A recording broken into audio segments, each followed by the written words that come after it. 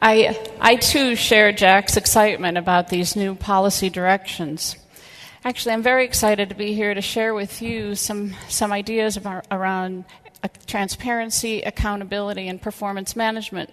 There's been tremendous progress in just the past year in these areas, and GIS and all of you have played a critical part in that. When we take a look at recovery.gov, it's been amazingly popular, maybe more popular than anyone expected.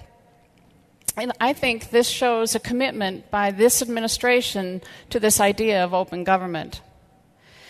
We all know that maps and geography are a very effective way of communicating information to the public. And here, ArcGIS Server has been employed to spatially enable and map the abundance of recovery information. Starting out with something as simple as a national overview, but quickly we can use something familiar to us like the zip code to drill into the information so citizens can begin to interact with this information and start to understand the impacts of the stimulus investments in their own communities.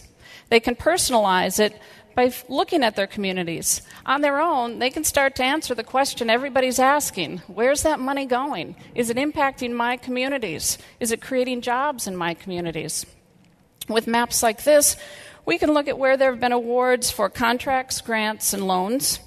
We can look at them individually to find out the specifics about who received the award, how much it was for, and how many jobs have been created or saved. So this is pretty exciting.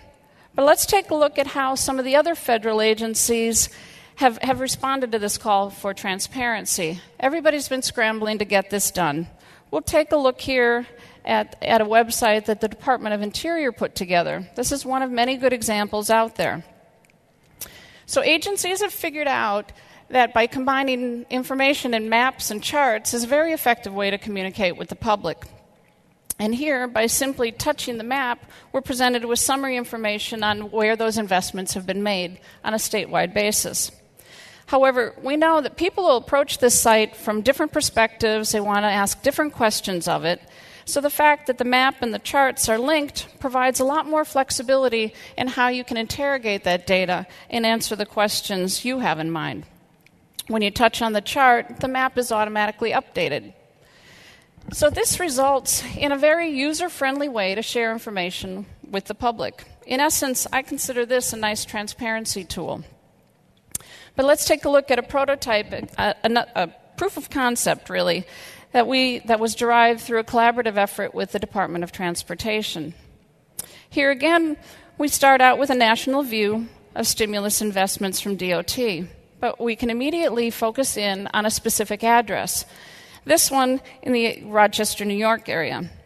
But what's interesting about this site is not only can I look at where those stimulus investments are, but I can also start to look at other relevant information in context with the investments. For example, we may want to look at pavement condition, traffic volume, or accident frequencies. If we look at this in context of where the investments are, we get a better indication of where there were areas of greater needs, where we may want to put investments in this area rather than another area. But by combining the two of these together, we start to move past transparency into more of an area of accountability, answering the question not only of where is the money going, but really getting to the much more critical question of why. So some of these examples may look pretty familiar to you. We worked with a number of you to create some reusable templates. These were designed to be shared, and they were really designed to streamline the process of making the government investment information more transparent and easily accessible and understandable to the public. These templates have been made available on the ArcGIS Resource Center. You can simply search on the keyword ARRA template for them. You'll be given the option of which one. You pick the one that you're interested in.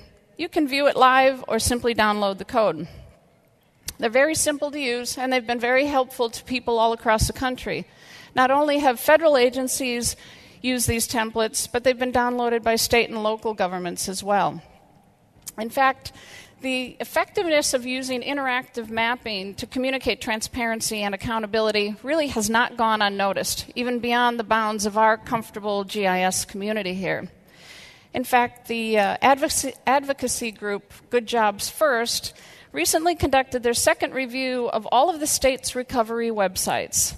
And in their report, they actually acknowledge that the states that used interactive mapping, particularly coupled with needs information, like we demonstrated here, were much more effective and compelling in communicating with the public. I think that's pretty neat. All right, the last application I want to share with you is one that goes beyond accountability into the area of performance management. I think this area is very exciting. Think about tackling the complex challenges of, improving the health of Chesapeake Bay. Not a simple task.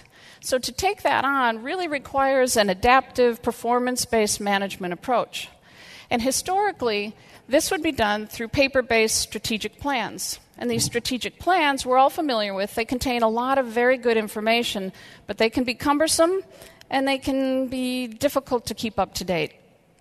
So this prototype application from the US EPA offers an interactive alternative to that traditional paper-based approach.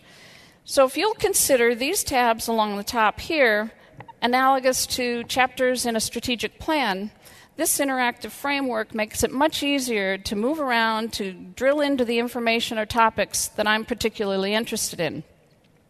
If I want to look at water quality in agricultural areas, I'm immediately presented with some narrative text, a combination of charts and maps, quickly present the overall performance goals, and they also provide me with a quick summary of measured progress to date.